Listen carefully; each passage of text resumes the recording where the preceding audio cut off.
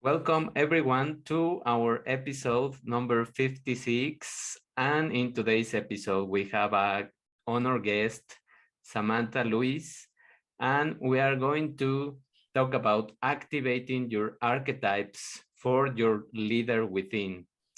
And to introduce Samantha, I'm going to read her bio so that we can know her better. And she is a woman that dedicates her life to empowerment and organizational culture.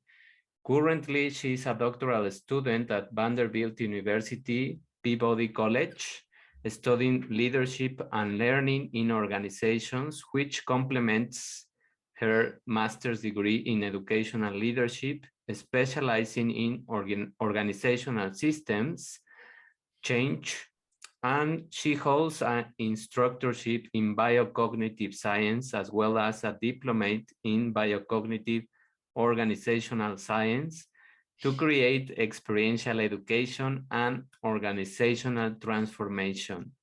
With expertise in individualized curriculum design, she ensures that the approach of having a curriculum or a resume is human-centered to each framework, and she develops personal growth and professional development into the framework of the resumes. So, as you can see, we are going to dive deep in science, and we are going to also try to see the perspective of how our internal energy can create this kind of leadership. So, welcome, Samantha. It's an honor to have you here. And just let me know, what is your story first? My story starts on a farm in rural Minnesota in the Midwest. Okay. And I grew up outside all of the time with my brother and my dad and my uncles and my grandpa and my mom working on our farm. My dad farmed, my mom was an educator, and eventually she moved out of being a teacher and into a school administrator. So I had these role models growing up of a really strong female, my mom just like blasting through norms and status quo of old school traditional education models, and a dad who was very passionate about caring for plants and caring for animals. So I started to pick up on these skills of learning and also passion and compassion, so that I started to build this mission and vision inside of myself, wondering how to make more of that in the world. How can we find the intersections of learning and the intersections of naturality, or like who we are meant to be, and really make learning and life experiences, life growth, a lot more holistic and a lot more tuned into the need of an individual instead of the wants and needs of societal pressures or old rules from the past that no longer serve us. Okay. And how did you become acquainted with this biocognitive model and on the science behind the DNA, that Mhm. those epigenetic things that happen? How Yeah, did you begin that journey? well, it was interesting for me stepping out of high school and into college. I was at a point in my life where I didn't want to do what so many people in my family had done, which was be an educator or a farmer. But I got to college and I met some professors who opened my eyes to a different model of teaching. And specifically, it was health education and physical education. Okay. So I started diving deep into learning brain science as a teacher instead of just learning like where could I go to look for fun worksheets, or where can I go to find a curriculum that someone else has already written. I started to learn about the developmental phases of a person from birth until the end of life. And I started to learn about how the brain is wired and what effects does trauma have on the brain? What effect does movement and food and culture? what effect do these all have on our brain? And ultimately, how do we create the least restrictive learning environments for people? But also, how do we really start to learn about and help other people learn that once your brain is wired a certain way, it doesn't mean that that's permanent. It might be difficult to change and unlearn and relearn, but it's not permanent. We have the opportunity to change. And the more senses that we use in the body to learn, the faster the healing or the growth or the learning process is. So through my journey as a teacher, I started to wonder more and more about culture, because I was being taught about culture as though it was only race or ethnicity. And I started to understand culture as something bigger in each of our lives, where race and ethnicity plays into it. But ultimately, culture is those unwritten rules that a collective believes in together. So rules about religion, rules about aesthetics, rules about wellness, rules about learning. So I was in my own spiritual development process at the time, going through like Kundalini yoga and learning about Reiki, becoming a Reiki master, and I found biocognitive science.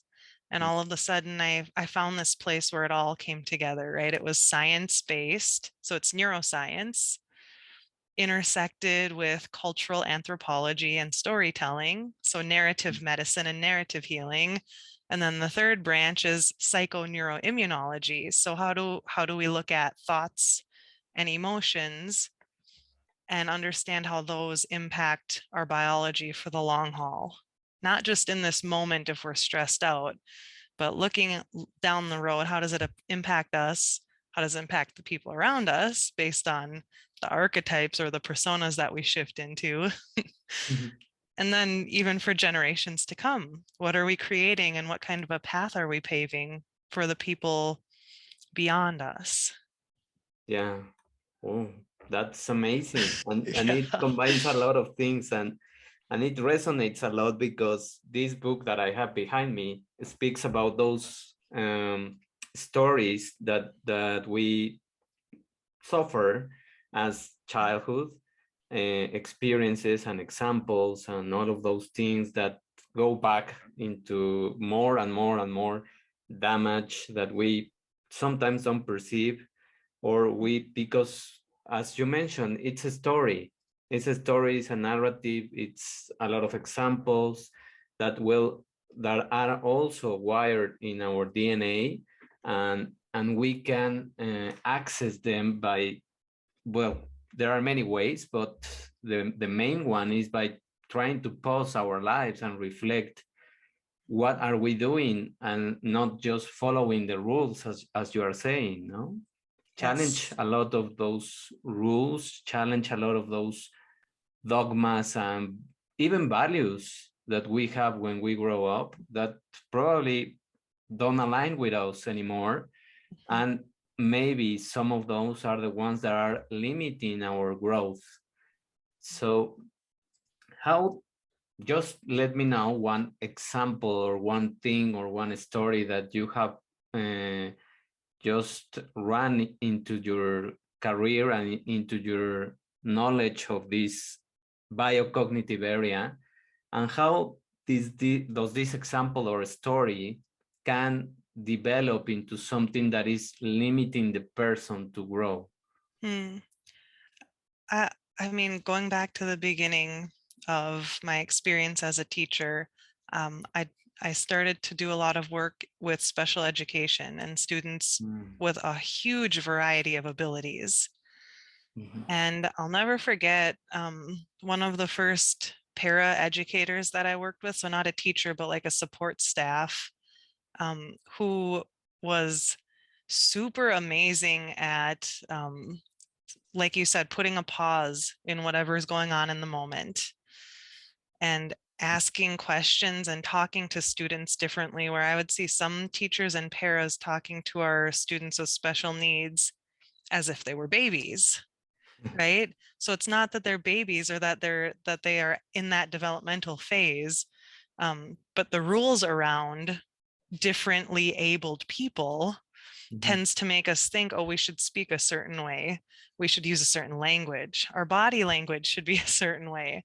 So it's a really, really simple example of rewriting the rules of how we interact with someone who has a different ability level than us, but has this talent and their own unique genius and their own unique ability to change the world.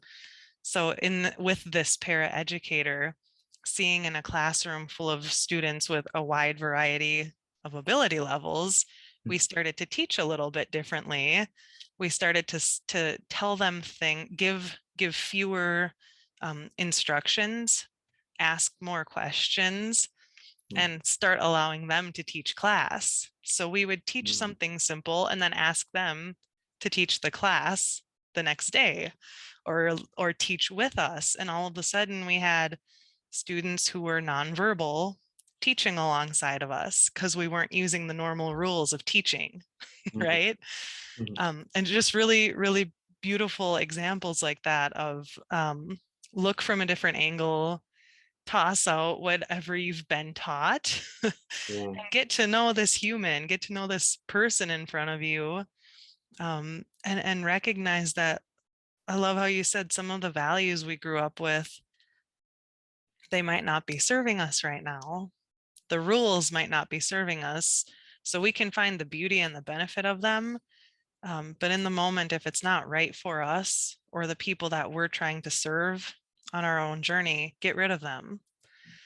And that's ultimately become my mission on a broader scale. So instead of one-on-one with a student in a school setting, now all of a sudden I'm saying to myself, how can I support this in a company or an organization? What could we do to dismantle and rewrite policy and rules in government organizations like that, so it can be applied at the personal level as well as a societal or cultural level, that from that angle. Yeah, I totally agree with that, because I also struggle with a lot of these rules to teach and very strict limits on how can you teach, and if those grades and things. And I was always more concerned about students learning than the real grade. Of course, that is going to reflect something, the grade, but I was more concerned also of asking questions and asking, what is your body telling you? If Yes. you do this or that, because the teachings that I gave was very complex, was biochemistry, and you have to explain the metabolic cycles and those things. So in order for them to relate them to their everyday life, I was wondering, just asking questions about how do they feel if they eat too much sugar, for example. How do you feel when you have a little more fasting period? Or what are you doing with this kind of energy in terms of your body? And try to relate that with examples of traffic and things. Or Yes. so, but as they have been used to this method, it's difficult to shift them into a different method, right? And just in one subject, no? Yeah. So it is a challenging space now. And a really, really interesting part of what you just said with the whole concept of grading. So whether you're in a school or not, are you measuring what you're actually trying to achieve? Or at the end of the day, are you measuring and judging your success based on something completely different than that outcome you initially set for yourself, right? And the process in which we create that change makes Yeah, all the difference in the world. you are more focused on those things than really integrating those into your own being, no? Yeah. So how can you tell me something about these leadership examples of shifting that paradigm of the rules or the policies or the concepts that are very square and trying to make them more flexible in terms of acquiring a different leadership. Yeah, well, I think in public service, that's where I tend to do most of my work Okay. because that's where I come from. Yeah. So the whole idea of, think about a hospital, just from a hospital or clinic standpoint, from point A to point B, when you first walk in to have an appointment, through the experience of being roomed by the nurse and then visited by the physician and then leaving, there's a standardized process, right? It doesn't matter what you're coming in to ask for help with. It doesn't matter what language you speak. A lot of times, unfortunately, it doesn't matter if you're a single parent with 5 kids you're trying to support at home. It's just very, very tunnel vision, narrowly focused, Mm. right? So then we start to look at things like the culture in healthcare of conversations around non-compliance or conversations around population health and judging specific populations of people for a health outcome based on assumptions about them, right? So some of these rewriting the rules has to start from the very top, where there's a culture change inside of an organization. So a CEO, a president, a leader at that level has to start asking different questions instead of how much money, what are these revenue units we have to make money this month, right? It's more about what's the experience of our people, not our people as employees, but also our people that are coming through. What's their experience instead of a manufacturing line, Mm. right? What are they, what inspiration is coming out of their visit with a doctor? Do they get to tell their story, or are they coming in with this pre-assumed diagnosis and that's all that they are? And all of that, of course, trickles down. We can change how people are introduced and welcomed. We can change how people are offered transportation. Like, it doesn't matter, but at the end of the day, all of these changes come back to an impact on the biological self, the cognitive self, the emotional self, right? So we Yes. can see it at this story level outside of us, but then going inside to see what's that doing to our heart, what's that doing to inflammation molecules in the body, Mm. how's that impacting the long term of other chronic disease, or what's going on in our mind while this is happening.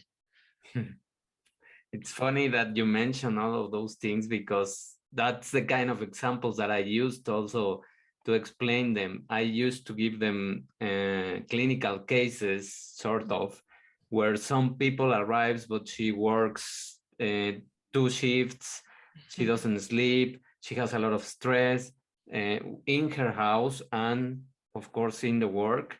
So I try to challenge many of these students because they were going to be physicians, they were going to be medical doctors. So I was challenging them, are you just going to prescribe something, or are you going to interview the person and really know more about the lifestyle? Yeah. And maybe she doesn't even need a pill. She just needs to sleep more, to change some of the things that has in her diet, and reduce a little bit the stress. So I don't want you to tell me what is wrong in Yes. terms of the diagnosis. I want you to look more at the person and what is she doing and what is the environment that she's developing.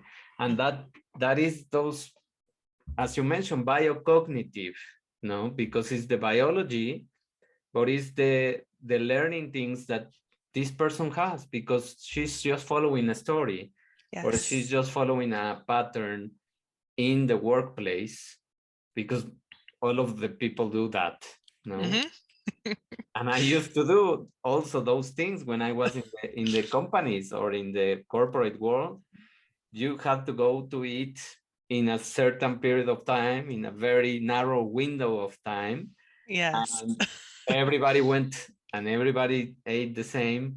or mostly the same, and then you go back, and then all of those routines are just leading to many of the causes that we have, and we don't recognize that all of those things have to change.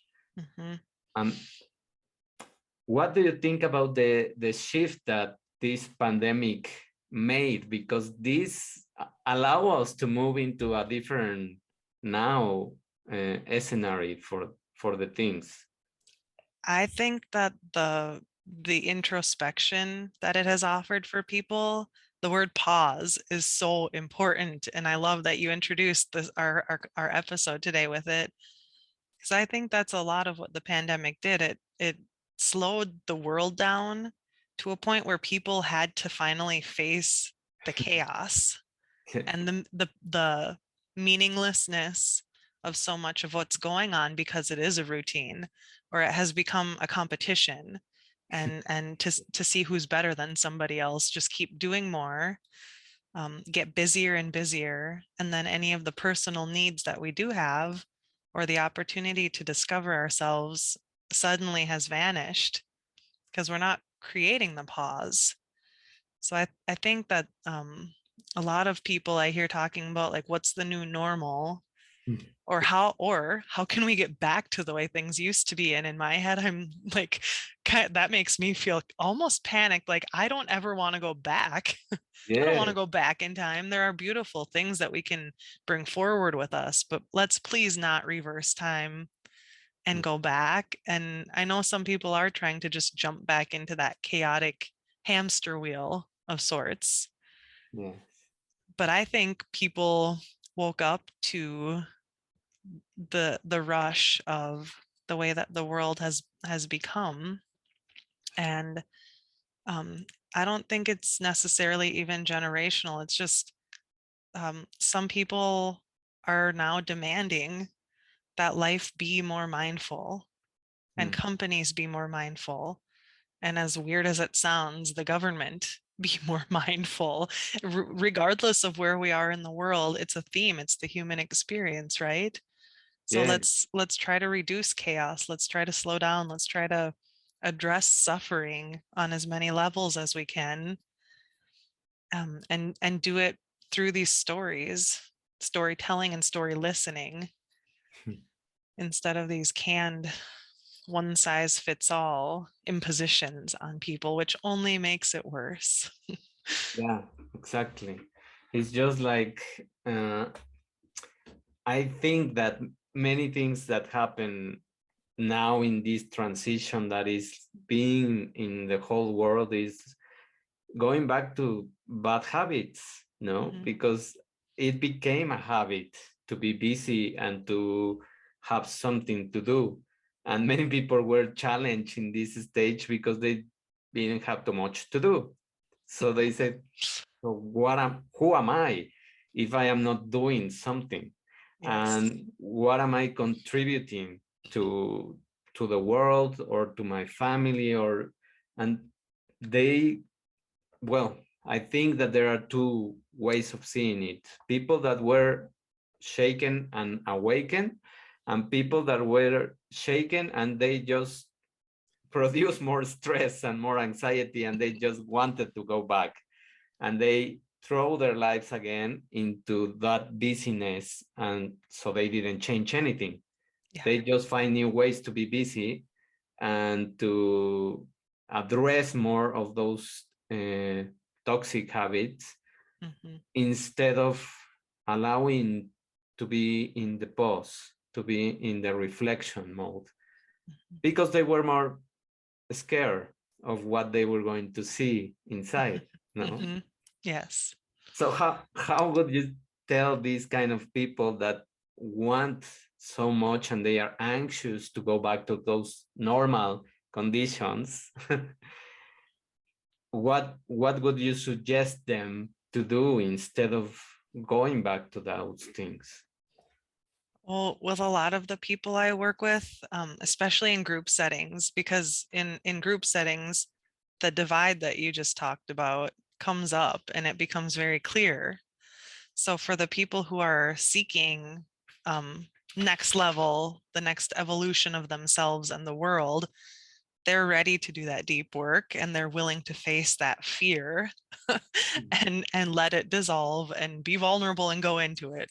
And for the other people, the conversation usually ends up coming back to functionality and purpose, Mm. right? So the conversation begins with production, productivity, success, achievement, and drive, because that tends to be what moves them.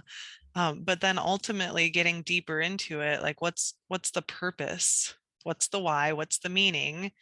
And then the function of that production. How is it changing the function of you? So over the long term, right? When we're just getting into our careers and we want to do that busy stuff and go all over the place, that's cool. But um, again, if there isn't that pause, what's starting to happen?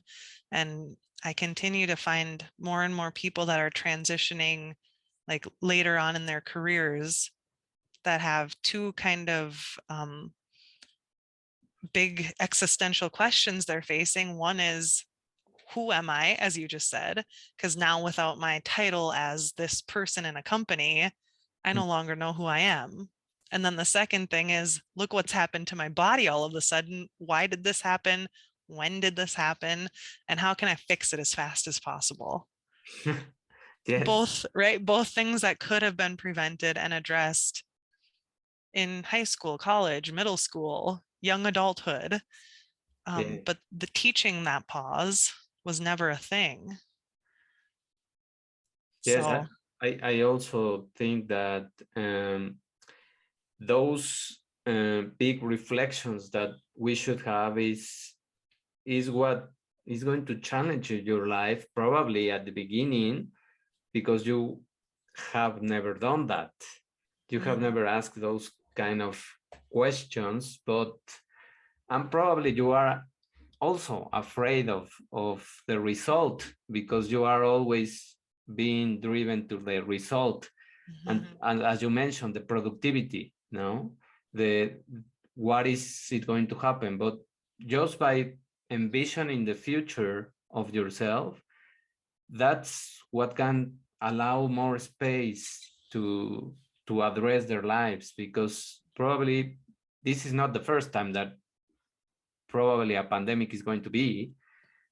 There's going to be another one, or there's going to be two or three or more pauses like this or things like this. And how are you going to react to more of these shakes that we are going to mhm, have? Because this is apparently where the world is going to move into a different space, where we can see jobs as more than the paying the bills, no? mhm. Yes. Yeah, absolutely. And something that I keep thinking about with the whole idea of storytelling, as you and I are both talking about, going back to the term biocognition, so much of biocognition is considering context. So we can think of culture or we can think of context. Mm. And I like to think about if you're watching a movie or reading a book, what is the detail that's given in that story?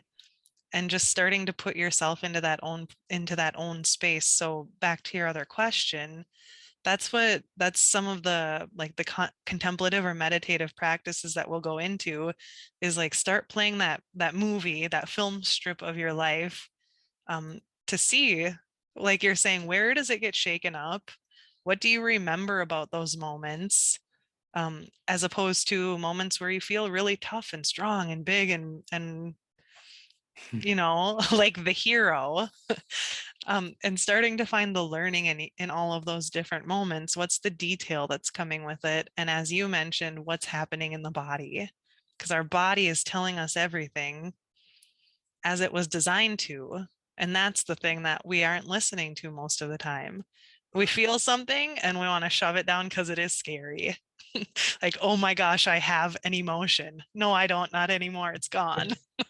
And then it wreaks havoc in the body because we didn't address it. And our body is trying to tell us. Yes. and we shut it down by taking a pill or Eating food, eating. Yeah, exactly. grabbing Or our phone.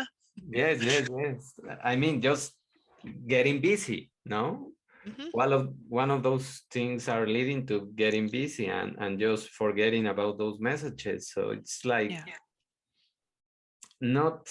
I think and I believe that many of those messages comes also from the root cause that is not loving yourself enough Mhm. because you don't feel that you deserve time for you. Yeah. And many of these clients, as you mentioned, and many of these people that I also have had are just not ready to ask for time. And they feel guilty a lot of times because they have time and they don't have to do anything. So Mhm.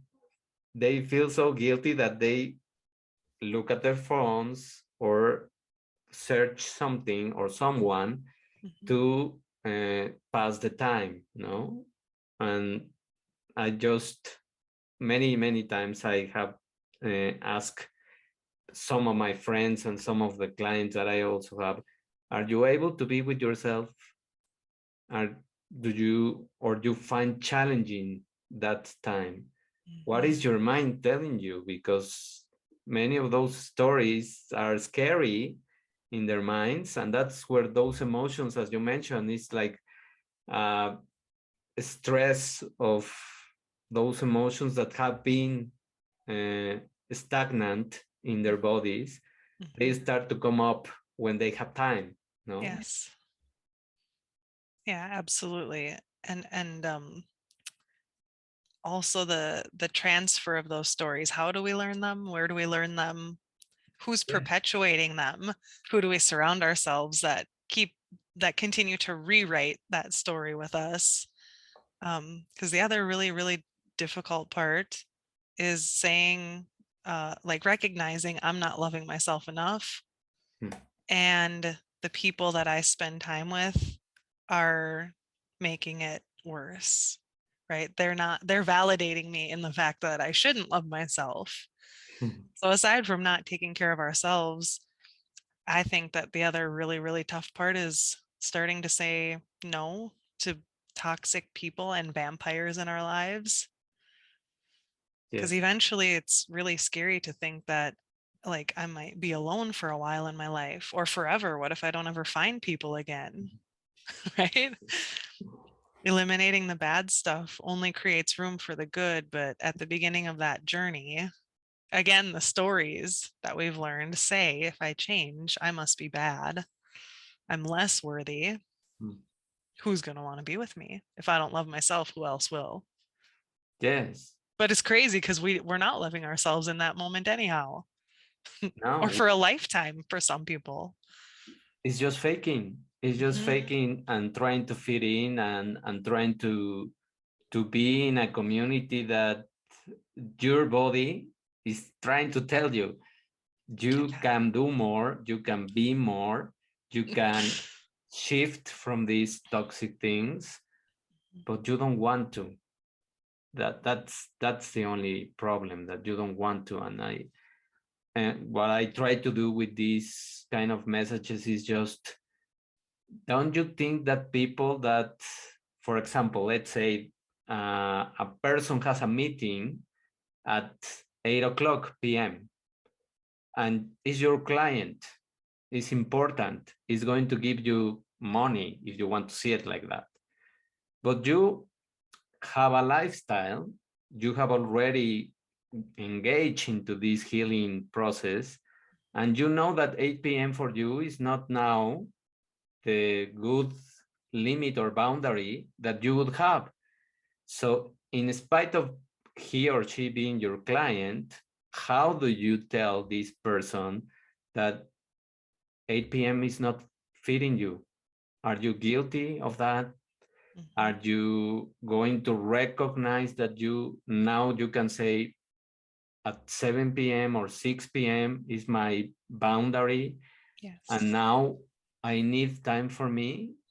Or are you going to go into the old story and allow that client to tell you that um, 8 p.m. is good for you. Because if you don't start with the boundaries, you are going to get in the same road and in the same toxic cycle. And it starts with one single person that you are Yes. able to say, no, this is my new time. I'm just working up to 6 p.m. and that's it. If you want tomorrow, I have from this time to this time. Nothing is so urgent as Yeah. it cannot wait for the next day. So that's what we have to get used to and be uncomfortable at the beginning, because it is going to be uncomfortable because Mhm. you don't do it often, and because you will say, well, now what do I do if I said no? No. Yeah.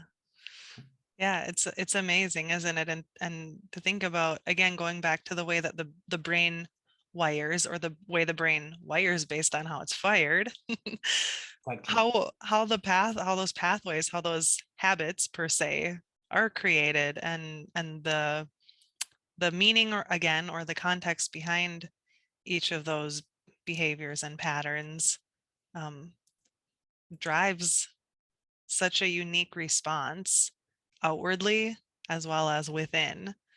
So Yes. whatever we're feeling inside of us, as much as we think we might be hiding it or faking it until we make it, Yes. it doesn't work that way. So these facades that are put up to try to make it through those moments, just shows us that change is different. It's not about just going through the motions to get something done. And most people know that, but it still happens. We still a lot of times think that we can just do these silly things that'll change us. And then lo and behold, here we go a week later or a month later. It didn't work. It didn't stick. And we can't figure out why. Because the holistic, comprehensive package of us, the environment, the people, the thinking, the feeling, it hasn't all changed together. Yeah. So we So can't do it siloed. in that context, how the psycho neuroimmunology works, or uh, in the example that we used. Yeah. So um, think about in biocognition, one of the most important concepts that we discuss is archetypal wounds Hmm. and their healing antidotes. So think about in the story of your own life as a child, specifically, if you can remember back to childhood clearly, did you experience a lot of shame, like sarcasm, jokes, put downs, things like that? Did you experience a lot of betrayal where people tricked you often, or undermined you in some way? Or did you experience a lot of abandonment where you were just left on your own to fend for yourself and figure life out? Hmm. So, in one of those three categories, or one of those three archetypes of how our culture wounds us, people teach us those things, right? Mhm. And then we begin to live out of those. We begin to live and teach other people the same thing. So people do it to us trying to protect us most of the time, but sometimes it happens to hurt us, to try to teach us a lesson. But again, it's a teaching method Yes. ultimately. So we're teaching through wounds, to try to control things. So we're setting a certain context, we're setting a certain culture that shapes the way we think about ourselves, shapes the way that we respond to the emotions that surface from those thoughts, and then it determines what's going to happen inside of our bodies. So if we think about something, I'll just use shame as the example, because for Yes. myself, that tends to be huge, right? That from in my life, in my story, shame is huge in my cultural context. Hmm. So we start to look at messages, the self-talk that I learned, and how I learned to live by those rules. I didn't know that there were other options, right? So things like, as a child, children are to be seen and not heard, Yes. over and over and over. So all of a sudden, well, my voice must not matter. My story doesn't matter. Nobody wants to hear me. And messages about body image, right? Your hair's not right, or your shape isn't right, or you're too tall or you're too short. So there we go, our thinking and our rules about what bodies should be like. And specifically in the context of shame, the research biologically says that inflammation molecules are released every time we are in shame. So it doesn't matter if someone else is doing it to us or we're doing it to ourselves. It's happening. And we go to work, we go to church, we go to a community event. If the cultural context of that group or that collective belief system is more shaming, it happens, it's triggered. The body knows, even if someone's not talking to us, even if we're not aware that our mind is starting to shift into that mode, it's still happening. So the culture impacts the thinking and the stories, and all of that tells our body what it should do next to be on alarm, to be protected, and to survive, right? So in order to make that shift, we heal honor, or we heal shame with honor, right? So we create honoring conditions, honoring contexts. To heal abandonment, we bring in commitment. And to heal betrayal, we bring in loyalty. And I think the most fascinating part about all of this is, even if we learn all of this from other people, it's modeled. But in order to change it, it has to start inside of us. We can't do it outwardly first. It's never going to work. It's never going to sustain. So exactly what you're saying about if people aren't ready, it's not going to happen. Because I find that the ultimate test is, people get excited about these concepts and they want to go do it to fix somebody else or something else, instead of flipping that mirror to say, wow, this could really benefit me. Yeah. I wonder how deep any of these wounds are inside of myself. And I wonder what the benefit or the change, the transformation that could happen just by changing Very simple thing. exactly. Yeah, simple and not always easy. Yes. So we don't keep going a lot of times. Yes, and now that you mentioned shame, it's everywhere. I think it's Yeah. a concept that is global. And I also had an experience with my daughter that one day that I was going out with her, she was using a lot of makeup, and she's just 7 years old. And I told her, why are you using makeup if you are a child and you are beautiful as without those things? No. Because my mom does that. And I told her, yes, but your mom doesn't use it too much. And she uses because she also thinks that she looks better with the makeup. No, it's just something that was taught to her, and she sometimes she feels that she's not pretty enough without the makeup. So how can you change that story for you? Because you are beautiful without the makeup. With the makeup, you don't really look well, and it's damaging your body. Many of those things have a lot of chemicals, and they are going to damage your skin, and you are going to be wrinkled. So just analyze those things. And she Yes. started asking me questions, and what kind of chemicals does this makeup has? And I told her, well, I don't know the names exactly, but I know that there are a lot of chemicals that are going to wrinkle your lips and your face, and you are going to look older. Probably now that you are young and you are a child, you don't care about that. But when you grow up, you will care about those things. So just treat your body with more respect in terms of knowing that you are beautiful without these things, and you don't need to look like your friends or like your mom or like anyone else. You are just unique and you are just beautiful as you are. Learn to accept that. Mhm. So it's just those kind of lessons. If we try to give them to our children and to try to allow them space to feel valuable as they are, to tell them Yes. that they are beautiful, to tell them that they are worthy, and that they don't need those external things to be praised or to be approved Yes. or to, I don't know, to attract attention. Mhm. Those are the messages that we can start creating a new story for them. No. Mhm. Mhm. Yes. And I just like the concept of new generations, next generations.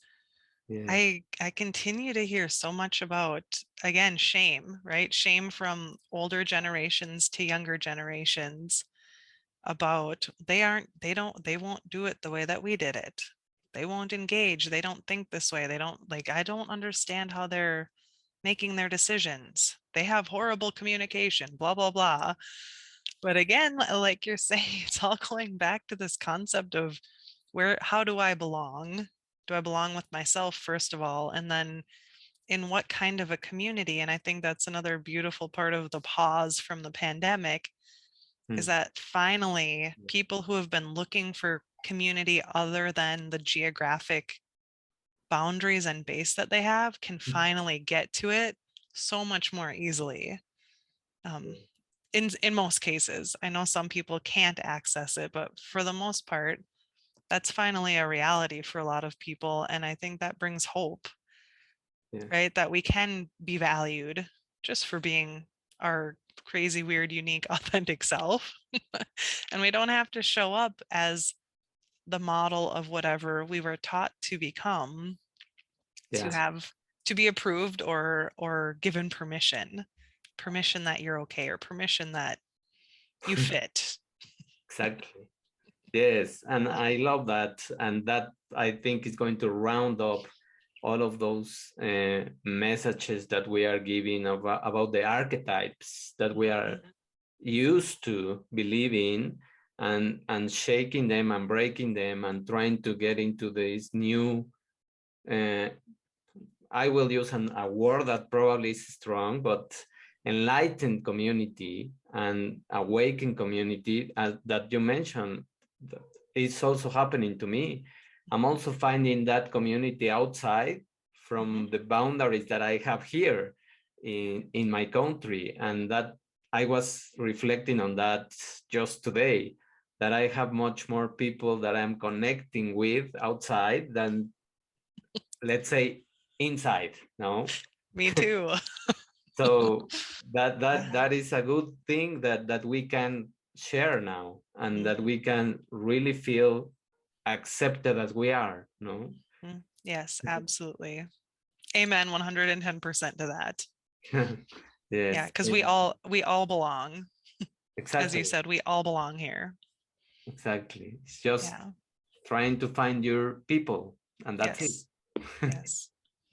So what is the last message that you want to convey for the people that are going to listen this episode? I really, really encourage people to go into that pause, whatever that means for them. I love that you use that same term, um, because it can be scary, it can be freaky, or on the other hand, for some people, it's boring. Hmm. Because to go into the pause and experience nothingness and to experience quiet, some of us have pushed our voices, our inner voices, down so deep that when we get into the pause, we can't hear anything and we can't feel anything. So just the constant, the faith in yourself, trust that it is there, and that um, just even a moment, right? One moment of mindfulness, one moment of pause, all of those little tiny moments over the course of your lifetime, that's what adds up to the transformation. So Yes. you don't have to go live in isolation for the rest of your life, to be in pause and to grow and learn. Yes. So, yeah, thank you. Thank you. Thank you, Samantha. And where can people find you? What is your Um, most available? yeah, my website is the fastest, easiest place, which is my Okay. name, samanthalouise.co. Okay. Perfect. Yeah, And we will put the links below the episode. And beautiful. I hope that people ask questions now. Me too. We are open to discussion. We are open to reflect on your questions, and we are going to check on them if you allow yourself to ask those questions. Thank you. Mhm. And I hope that this episode has resonated with you. Help us to create this kind of community that we are doing with this podcast. And we are trying to give space to all the people that wants to find that community.